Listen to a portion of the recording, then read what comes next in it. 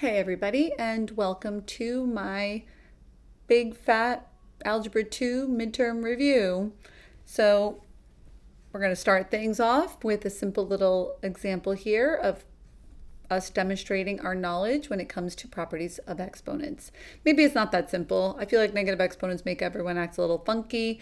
And also people mix up the rule here if they're supposed to be adding or multiplying. So let's get started.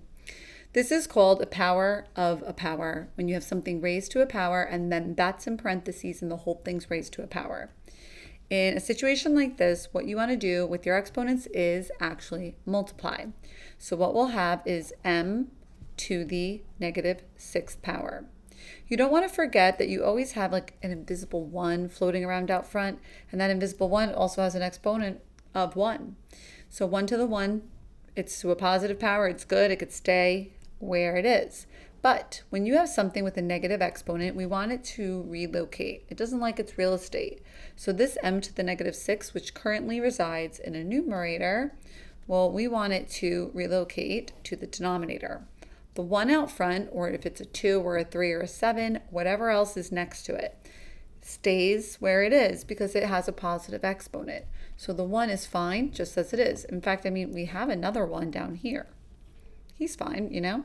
So this one was on top, and then this one, we'll call it the bold one, is still in the denominator. It didn't go anywhere. We just don't always write down these numbers, you know?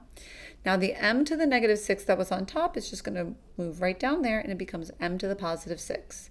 So you can simply just say your answer is 1 over m to the 6th power. And that's all there is to it.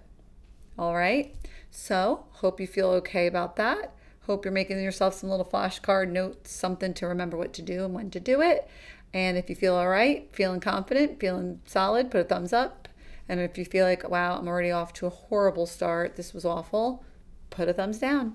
All right, click through at the end of the video for the next example. And there should be a thumbnail popping up at the end of every video in this playlist, bringing you to the next problem in our study guide. And if you're not currently a student in this particular group of Algebra 2 students and you're just here to study, or you're from a different class course year, that's great. Carry on. Got lots of videos for you to choose from. Keep it moving. Adios.